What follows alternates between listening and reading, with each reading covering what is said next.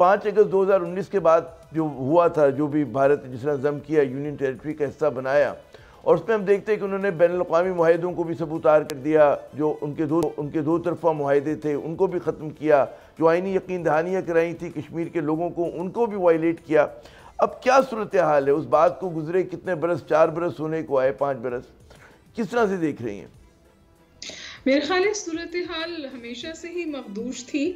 اور مودی حکومت نے جو کام کیے یا جو اقدام اٹھائے اس کی وجہ سے صورتحال اور بھی مخدوش ہو گئی۔ ہم نے یہ سنا کہ the largest prison on the face of earth Kashmir کو کہا گیا، پھر ڈیجیٹل ایپرتھائیڈ جہاں ہوا وہ پھر کشمیر کو کہا گیا، پھر جو جتنی بھی ہیومینیٹیرین اور ہیومن رائٹس وائلیشنز ہیں، چاہے وہ ماس گریوز ہوں، چاہے وہ rape as a weapon of war ہو، چاہے وہ ماس ابڈکشنز اور ڈسپیئرنسز ہوں، تمام چیزیں کے حوالے سے آپ کشمیر میں بات سنتے ہیں، اور بالکل واضح ہے کہ جینوسائیڈ ہے۔ اگر آپ رن کریں through the Kashmir conflict line تو برہان وانی اور پھر سبسیکوینٹلی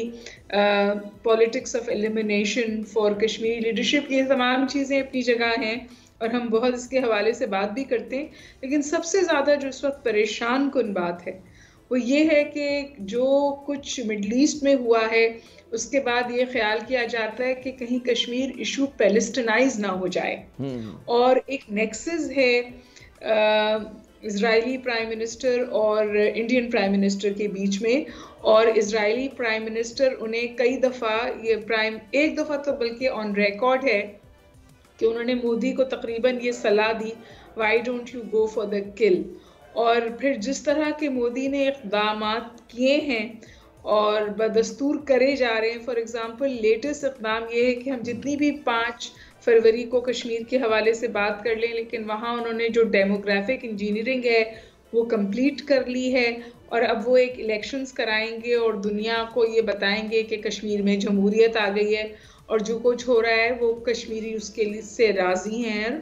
خوش ہیں۔ اچھا، جو آپ نے جو بات کی اسرائیل کے اور بھارت کے نیکسس کی اس معاملے پر، اور بہت ساری جو مطلب ہے کہ ٹیکٹکس اب بھارت استعمال کرے اس نے غالباً اسرائیل سے ہی سیکھی ہیں، اور اسی طرح سے مطلب اس پہ جارحانہ پن بھی ہے، اور جس طرح سے وہ ڈیموگرافکس کو تبدیل کر رہے ہیں۔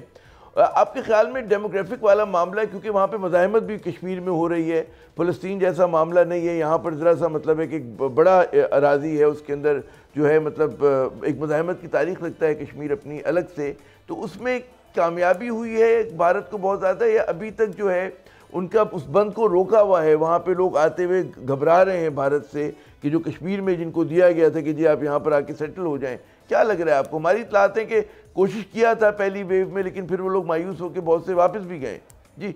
بالکل بجا کہہ رہے ہیں آپ۔ جو کشمیر میں جو انڈین آپریشن تھی، جب یہ انہوں نے شروعات کی 378 کے بعد، تو وہ کہتے تھے یہ 72 گھنٹے کا کھیل ہے، اور اب آپ صورتحال دیکھیں تو اس بارے میں تو کوئی شک نہیں ہے کہ کشمیری حریت اور ریزیلینس، جس کو ہم کشمیری ریزسٹنس کہتے ہیں، وہ اپنی جگہ ہے، اور اب انڈین اسکالرز اور انڈین پولیٹیشینز اور انڈین جنرلز یہ بات مانتے ہیں کہ یہ انڈیجنس ہے، بلکہ وہ جو ڈیموگرافک فریم ورک دیتے ہیں اس ریزسٹنس کا، وہ ہے فرام 8 to 80، یعنی کوئی ڈیموگرافی کا حصہ نہیں ہے جو ریزسٹنس کا حصہ نہ ہو۔ لیکن میں آپ سے گزارش کروں کہ انڈیا کو جس طرح کی پشت پناہی حاصل ہے اس وقت، جس طرح کی چشم پوشی انٹرنیشنل کمیونٹی کرتا ہے انڈین ایکشنز کو، مودی کے ایکشنز کو، مسلمانوں کے خلاف، مائنورٹیز کے خلاف، اور بالخصوص کشمیر میں، وہ اس بات کا عکاس ہیں کہ صورتحال کو چینج کرنا بہت مشکل ہے، اور مودی بہت امبولڈن ہوئے ہیں جو صورتحال غزہ میں ہوئی اس کے بعد۔ سبسکرائب کریں اور بیل دبائیں تاکہ کوئی خبر رہ نہ جائے۔